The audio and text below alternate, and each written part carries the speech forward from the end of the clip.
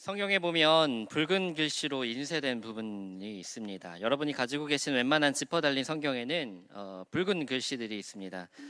바로 예수님의 말씀을 강조해서 처리하는 것이죠.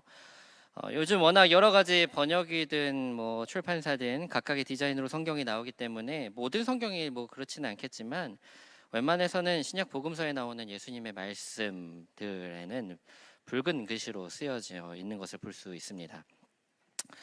원문은 그렇게 표시되어 있지 않은데 왜 예수님의 말씀을 이렇게 붉은 글씨로 인쇄했을까요? 네, 답은 간단합니다. 말 그대로 예수님의 말씀이기 때문입니다.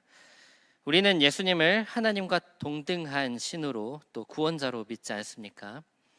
그렇기 때문에 예수님이 직접 하신 말씀들은 하나도 빠짐없이 중요하다라는 것은 두말할 것 없는 당연한 일인 것이죠. 복음서에 나타난 이 예수님의 가르침을 한마디로 요약한다면 그것은 하나님의 나라입니다. 여러분, 성경을 읽는 여러 가지 방법들, 관점들이 많이 있습니다. 그런데 뭐 여러 가지 방법으로 또 관점으로 읽는 것도 중요한데요. 근데 이제 개인적으로 내가 취미가 막 신학이다, 성경을 분석하는 게 내 취미다, 일 외에는 성경에만 파묻혀 살고 싶다, 막 이 정도까지 아니시라면 성경을 읽으실 때, 특히 복음서를 읽으실 때는 이 하나님 나라의 관점으로 읽는 것을 추천드립니다. 그런데 여기서 예수님이 말씀하시는 이 하나님의 나라란 우리가 죽은 후에 가는 천국을 말하는 것이 아닙니다. 물론 우리가 천국을 소망하는 신앙을 가지며 살아야 하는 것은 맞습니다만, 예수님께서 공생의 기간에 가르치신 하나님의 나라라는 것은 이 땅에 오시는, 임하는 하나님의 나라인 것입니다. 여러분, 주기도문을 보면 아버지의 나라가 오게 하시며 라는 말이 있죠. 말 그대로 하나님의 다스리심이 내 마음에, 내 삶에, 이 땅에 실현되길 원합니다 라는 고백입니다. 또한 예수님은 하나님의 나라는 너희 안에 있다라고도 말씀하셨죠. 이와 같이 예수님이 말씀하시는 하나님의 나라는 이 땅에 임하는 하나님의 주권, 통치를 가리키는 것입니다. 만약 우리가 하나님의 나라를 죽어서 가는 천국 그 정도로만 이해를 한다면 예수님의 말씀을 제대로 볼 수 없는 것이죠. 이를테면 여러분 피자를 드셔보시면 알겠지만 피자가 맛있는 이렇게 부분과 그 빵 겉에 부분이 있죠.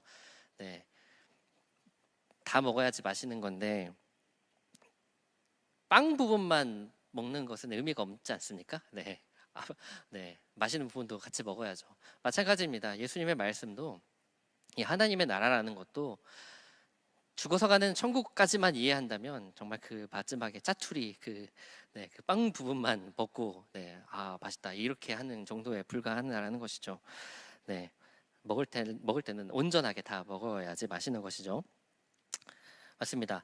우리는 지금까지 복음서를 읽을 때 우리 나름대로 좋은 것만 가려 해석하곤 합니다. 예를 들면 여러분 좁은 문으로 들어가라 라는 말씀을 역시 천국 문은 좁구나, 역시 세상을 멀리하고 금욕하고 산속에 들어가서 저 천국만 바라보며 살아야 해 정도로 끝나버리면 예수님의 이 말씀을 온전히 이해하지 못하는 것이죠. 하나님 나라의 관점으로 읽는다면 삶 속에서 적은 사람들 편에 함께하여서, 억울한 사람들 편에 함께하여서 하나님 나라를 이루는 것, 이것이 좁은 문으로 들어가는 삶이다 라는 뜻으로 보는 것이 예수님의 가르침을 더 온전하게 이해하고 따르는 것이죠.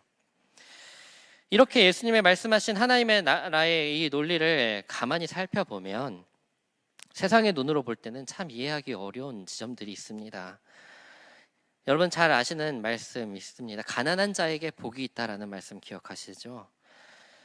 이 말씀은 그 당시 상황에서 볼 때는 참으로 어이없는 말씀입니다. 여러분 예전에 이스라엘에서 가난한 자라고 함은 하루 벌어서 하루 먹고 사는 사람들, 아니면 그보다 못한 빈민들을 가리키고요, 살기 위해서 안식일에도 일을 해야 하는 사람들, 생계를 위해서 어쩔 수 없이 율법을 지킬 수 없는 사람들이 많이 있었습니다. 예를 들면 도축업자가 그랬고요, 피장이들이 그랬습니다. 반면에 바리새인들이나 율법사들은 자신들과 같은 의로운 사람들만이 하나님 나라에 속한 사람들이라고 생각했던 것이죠. 하지만 예수님은 그 상황에, 그런 시대 상황에서 율법도 모르고 안식일도 제대로 지키지 못하는 가난하고 천대받던 사람들에게 하나님의 나라는 너희들의 것이다 라고 말씀하고 계시는 겁니다. 이와 같이 예수님이 펼치시는 하나님 나라의 이야기는 가난한 자, 목마른 사람, 병든 사람, 억눌린 사람, 약한 사람, 작은 것, 소외되는 것 등으로 가득 차 있습니다. 죄인들과 창녀들과 같이 식사를 하시면서 그 가운데 함께 어울리시는 우리 주님의 모습은 우리가 알던 그 예수님의 이미지와 어딘가 맞지 않을지도 모릅니다. 그러나 예수님은 그 모든 사람들과 함께 하시면서 그 모든 자리에서 하나님의 나라의 모습으로 나타나셨습니다. 이런 하나님 나라의 모습을 한마디로 정의하자면 하나님 나라는 작은 것에서부터 시작된다라고 말할 수 있을 것입니다. 대표적인 예가 천국은 겨자씨와 같다, 누룩과 같다고 하신 비유죠. 예, 우리가 잘 알고 있는 진리의 말씀들입니다. 그런데 가만히 생각해 보면 참 이상합니다. 왜 예수님은 하나님의 나라를 작은 것으로 비유하셨을까입니다. 하나님은 그 누구보다도 크고 강하신 분이시고 그분이 다스리시는 나라는 세상 그 어떤 정부보다 왕국들보다 제국들보다 큰 나라일 텐데 말입니다. 그러나 예수님은 하나님의 나라는 저 높이 솟은 큰 나무와 같으니라 라고 말씀하지 않으시고 하나님 나라는 겨자씨와 같으니라고 말씀하셨습니다. 하나님의 나라가 저 예루살렘의 큰 성전보다 더 크다라고 말씀하지 않으시고 하나님의 나라는 가루 속에 담긴 작은 누룩과 같다고 말씀하셨습니다. 여기서 예수님이 강조하신 하나님의 나라의 특징을 알 수 있는데요. 바로 미래의 위대함이 아니라 현재의 미미함이었습니다. 예수님의 관심은 작은 것에 있다라는 것입니다. 이렇게 예수님의 관심이 작은 것에 있다라는 것은 다른 비유에서도 잘 알 수 있습니다. 오늘 읽은 말씀 누가복음 12장에서 3장만 넘어가서 15장에는 3가지 비유가 나옵니다. 잃어버린 양의 비유, 잃어버린 드라크마의 비유, 잃은 아들, 돌아온 탕자의 비유입니다. 여러분 이 3가지 비유의 공통점이 무엇인지 아십니까? 네, 제가 지금 방금 답을 다 말씀드렸죠. 잃어버렸다가 찾은 겁니다. 한 마리 잃은 양을 찾기 위해 99마리의 양이 있음에도 불구하고 목자는 목숨을 내놓고 밤낮으로 산골짜기를 헤맵니다. 어떤 여인은 잃어버린 드라크마, 우리로 따지자면 100원, 200원쯤 하겠죠. 그러한 동전들을 찾으려고 온 집안을 다 뒤지고 나서 결국에 찾고 나서는 100만 원짜리 파티를 연 겁니다. 마지막 이야기는 우리가 잘 아는 탕자 이야기죠. 배은망덕한 둘째 아들이 집안의 재산을 다 말아먹은 이 불효자식이 그 불효자식을 아버지는 그리워하다가 그가 돌아오니 큰 잔치를 벌이는 장면입니다. 세상의 관점으로는 이 얼마나 비합리적이고 무식한 처사입니까? 그깟 500원 찾았다고 100만 원짜리 파티를 열다니요. 재산 절반을 거덜낼 놈에게 돈을 돌려받기는커녕 잔치를 열다니요. 이 비유들의 맥락은 죄인들과 같이 식사한다고 비난하고 힐랄하는 그 바리새인들 앞에서 하신 말씀입니다. 예수님의 관심은 그런 의인이라고 자처하는, 크다라고 자처하는 사람들보다 자신을 죄인으로 여기고 인정하고 작다고 여기고 부족하다고 여기는 보잘것없는 한 사람에게 있다라는 것입니다. 오늘 본문도 이와 같은 맥락으로 이해할 수 있는 것입니다. 오늘 본문에서 예수님은 적은 무리들에게 너희 아버지께서 그 나라를 너희에게 주시기를 기뻐하시느니라 라고 말씀하십니다. 번역이 달라서 그렇지 사실 이 말은 하나님의 나라가 너희의 것이다 라는 말입니다. 그리고 이 말씀의 앞부분을 보시면 염려하지 말라라는 것으로 이 내용이 시작을 하는 겁니다. 누구에게 염려하지 말라라고 하시는 걸까요? 오늘 본문은 제자들에게 하신 말씀으로 나오지만 이 동일한 내용이 마태복음 6장 산상설교에도 나옵니다. 그러므로 이 말씀은 예수님께서 그 제자들에게 하신 말씀임과 동시에 예수님의 말씀을 듣기 위해 모여든 많은 백성들, 가난하고 힘없는 백성들을 향하여서 말씀하신 것으로 볼 수 있는 것이죠. 예수님은 그를 따르는 사람들을 가리켜 적은 무리들이라고 표현하셨습니다. 이것은 숫자의 적음을 나타내기도 하지만 힘이 없고 약하다는 것을 가리키는 말이기도 합니다. 그래서 공동 번역 성서에서는 이 말을 내 양떼들아 조금도 무서워하지 말아라 라고 번역하고 있습니다. 그리고 시대를 초월하여서 오늘 이 자리에 있는 양떼와 같은 우리들에게도 동일한 말씀으로 말씀하고 계십니다. 물질적으로 적든지, 물질은 있으나 마음의 여유가 적든지, 어려운 상황을 만나 작아지는 삶을 살든지 하여간 우리의 인생의 대부분은 적은 무리일 때를 지나기 마련인 것 같습니다. 특히나 코로나19로 이 기나긴 고난의 터널을 지나고 있는 요즘은 우리 모두가 주님 앞에 적은 무리인 것 같습니다. 제가 이제 형이 있는데 저희 형도 2년 전에 베트남에 돈 벌러 갔었는데요. 하필 가고 난 다음에 2개월 후에 코로나가 터져서 2년 만에 철수하고 돌아올 것 같습니다. 요즘 베트남 통제 수준이 또 엄중해서 거의 아프간 탈출만큼 철수가 쉽지 않은 상황이라고 하더라고요. 뭐 코로나가 아니더라도 생각지도 못하게 찾아오는 어려움들을 겪게 될 때에, 매일매일 한계에 부딪히게 될 때에 우리는 두려움과 떨림을 마주하게 됩니다. 당시 예수님을 따르는 대부분의 사람들도 가난하고 힘없는 사람들이었습니다. 율법도 모르고 유대인들이 배척하는 이방인들이나 혼혈인들도 있을 수도 있을 것입니다. 하나님을 잘 믿는다는 종교 지도자들은 이들에게는 하나님의 나라가 없다고 정죄하고 평가하고 판단했겠지만, 예수님은 오히려 하나님의 나라는 이들에게 있다, 하나님의 나라는 이들로부터 시작한다라고 말씀하고 계십니다. 그리고 그 말씀은 여전히 살아서 우리와 같은 적은 무리에게도 힘을 주시고 용기를 주고 계십니다. 여러분, 아무리 힘들고 어렵다 할지라도 여전히 우리 주님 함께 하신다라는 믿음 가지며 그 붉은 글씨로 강조한 예수님의 말씀을 마음에 새길 수 있었으면 좋겠습니다. 하나님의 나라는 저와 여러분 안에 있으며 하나님의 나라는 작은, 적은 우리들로부터 시작될 줄로 믿습니다. 그렇습니다. 하나님의 나라는 작은 것에서부터 시작됩니다. 우리 안에 감춰져 있는 작은 은혜의 덩어리에서 시작됩니다. 그것은 천천히 조용하게 우리의 삶에 퍼져나가고 그 삶을 일으켜 세우고 이 땅을 변화시킬 것입니다. 예수님은 그분이 가지신 힘으로 충분히 세상을 바꾸실 수 있었습니다. 하나님 보시기에 옳지 못하였던 당시 로마 정부에 대항하여서 싸울 수도 있었습니다. 하지만 예수님은 힘으로 제압하지 않으셨습니다. 그보다는 가장 작은 하나님 나라의 씨앗을 가장 장래가 없어 보이는 땅에 심는 것으로 만족하셨습니다. 아무도 알아주지 않는 사람들의 그 삶의 자리 가운데에 하나님의 나라의 비밀을 심어 놓으셨습니다. 그 씨앗은 하나둘씩 자라서 어부들의 마음을 변화시키고 세리들, 군인들, 장사하는 사람들의 마음을 변화시켰습니다. 그리고 그들 가운데에 하나님의 나라가 임하게 하셨습니다. 그 시작이 무엇일까요? 여러분, 예수님이 어디서 태어났는지 잘 아시죠? 구유에서 태어나셨죠. 예수님은 우리에게 그 삶으로 그 모든 삶으로 작은 것들의 진정한 의미를 가르쳐 주셨습니다. 예수님이 또 이렇게 말씀하셨습니다. 당신의 이름으로 대접한 냉수 한 그릇이라 할지라도 천국에서는 영원히 기억될 것이라고 하셨고, 과부의 엽전 2개가 하나님 나라에서는 진정한 보물이라 말씀하셨습니다.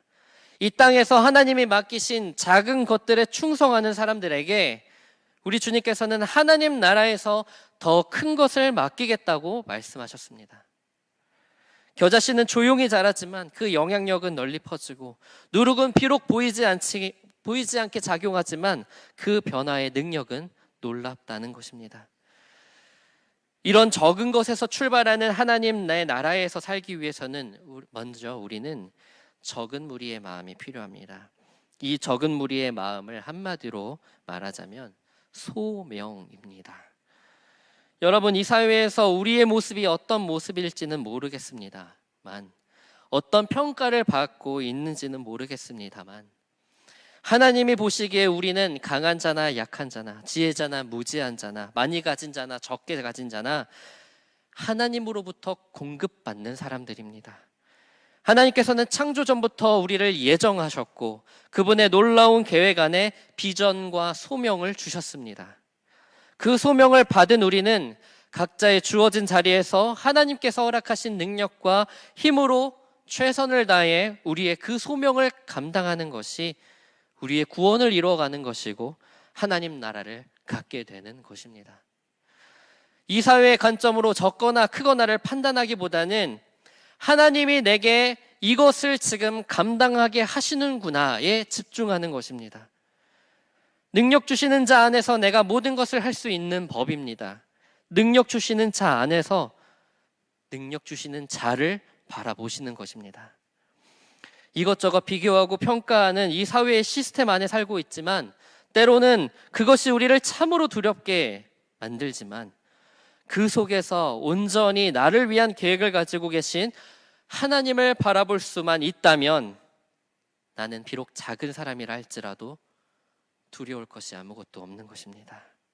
그렇게 되면 작은 일도 하나님이 주신 것이라 여기며 최선을 다해 감사하며 살 수밖에 없는 것이죠. 내 삶이 세상 기준으로 작든 크든 중요한 것이 아니게 되는 것입니다. 하나님이 주신 삶이기에, 하나님이 걷게 하신 길이기에, 하나님이 주신 소명이기 때문에 다른 무엇보다 소중하며 귀하게 여길 수 있는 것입니다. 세상이 어떻게 평가하든 하나님이 주신 자리이기 때문에 귀한 것입니다. 무엇으로 그러면 그 삶을 귀하게 만들어 갈 수 있겠습니까? 거룩함으로, 성실함으로, 정직함으로, 인내함으로 살아가는 것이 하나님 우리에게 주신 그 작은 삶을 귀하게 누리는 것입니다. 하나님이 허락하신 내일의 일터에서, 내일의 교실에서, 내일의 업장에서, 또 연습하는 그 모든 곳에서 살아가는 우리의 모든 자리 위에서 적은 무리의 마음으로 담대하게, 당당하게 하나님 나라를 살아가는 저와 여러분 되시기를 바랍니다. 또한 적은 것에서 출발하는 하나님의 나라를 경험하기 위해서는 적은 무리인 자들과 함께 해야 합니다. 여러분, 이번 주에 참 많은 일들이 있었는데요. 미라클 작전이라고 하시면 대부분 뉴스를 통해서 아실 겁니다. 아프간에서 우리 정부에 협조한 사람들과 그 가족들을 구출하는 마치 정말로 영화 같은 작전이 진행되었었죠. 제가 휴가 중에 그 영화를 보게 됐는데 모가디슈라는 영화를 보게 됐습니다. 네, 보신 분도 계시고 또 그 시대를 살아오신 분도 계셔서 그게 어떤 일인지 알고 계실 겁니다. 그 소말리아에서 그 반란이 막 일어났을 때 우리 한국 대사관이 정말 극적으로 탈출하는 그 과정을 그린 영화였는데요. 그거를 영화를 보고 이번 주에 이 사건을 접하니까 더 와닿더라고요. 네. 독일 같은 나라들도 1000명을 막 구하려고 비행기를 보냈지만 7명밖에 못 데려갔다 그러고 1명도 구하지 못한 나라들도 많은데 우리는 거의 400명이나 되는 사람을 구할 수 있었죠.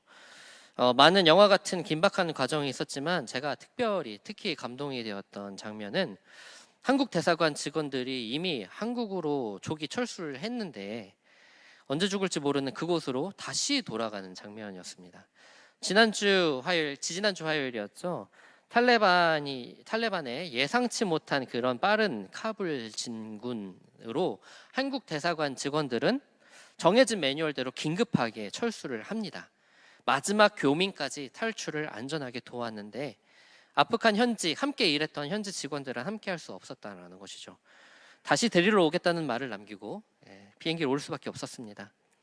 그리고 일주일이 채 지나기도 전인 지난 20일, 지난주 주일이었죠. 카불 공항에는 김일흥 공사 참사관이 다른 대사관 직원 3명과 함께 다시 돌아옵니다. 다시 돌아오겠다는 그 약속을 지키려고 말이죠. 피 한 방울 섞여 있지 않은 그들이지만 그 약속을 지키려고 목숨을 건 희생을 감수하는 모습에서 참된 사명의 모습을 발견할 수 있었습니다. 사실 대사관의 임무는 자국민을 보호하는 역할인데 굳이 현지인들과 그들의 가족까지 챙길 의무는 없었습니다.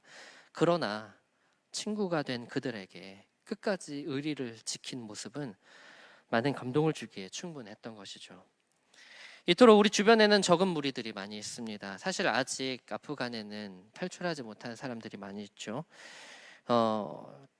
특히 아프간 아이들과 여성들은 정말 큰 걱정입니다. 여전히 많은 난민들이 있고요. 중동 지역뿐만 아니라 미얀마 같은 독재 국가에서 신음하고 있는 적은 무리의 사람들이 여전히 존재합니다. 여러분, 우리 민족도 적은 무리였을 시절이 있었습니다. 그리고 우리도 많은 도움과 응원과 기도의 손길을 받았습니다. 그래서 여기까지 온 거 아니겠습니까? 이제는 이 세계 도처에 있는 적은 무리들을 잊지 않고 이들을 위해 기도하며 관심을 기울이는 마음이 필요할 것 같습니다. 또한 우리 사회 안에도 적은 무리들이 많이 있습니다. 개개인의 생활 터전에도 크고 작은 모습으로 적은 무리인 사람들이 있길 마련이죠. 가난하고 궁핍한 사람들, 소외되고 멸시받는 자들, 억울한 일을 당한 사람들, 또한 우리 안에 적은 무리인 것입니다. 동일하게 하나님의 나라를 구하는 마음으로 이러한 적은 무리 편에 설 수 있는 용기가 우리 가운데 필요할 줄로 믿습니다.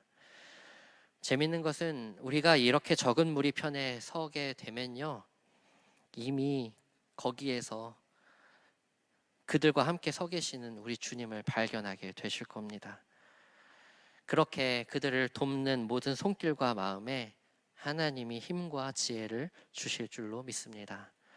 오늘도 적은 무리의 마음으로 살아가는 사람들에게, 적은 무리의 편에 서는 사람들에게 오늘 우리 주님은 이렇게 말씀하십니다. 적은 무리여, 무서워 말라.